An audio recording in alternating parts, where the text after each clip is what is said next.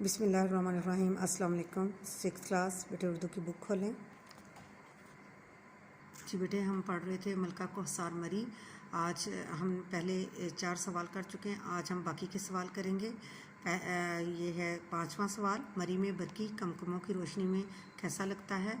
जवाब है इसका जैसे तारे ज़मीन पर उतर आए हों। अगला सवाल है मरी के लोगों ने अंग्रेज़ों के साथ कौन सी जंग लड़ी? तो बेटे कौन सी जंग लड़ी थी? हमने रीडिंग में पढ़ा है। जवाब है मरी के लोगों ने अंग्रेज़ों के साथ गोरिल्ला जंग लड़ी। अगला सवाल है मरी के रास्ते में कौन से दरख्त आते हैं? जवाब है इसका चीड़ और सनोबर के दरख्त आते हैं।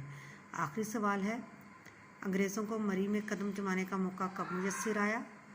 जवाब है इसका बरसगीर पाको हिंद में 1857 की जंग आज़ादी में मुसलमानों को नाकामी हुई, जिसके बायस अंग्रेज़ों को मरी में कदम जमाने का मौका मिला।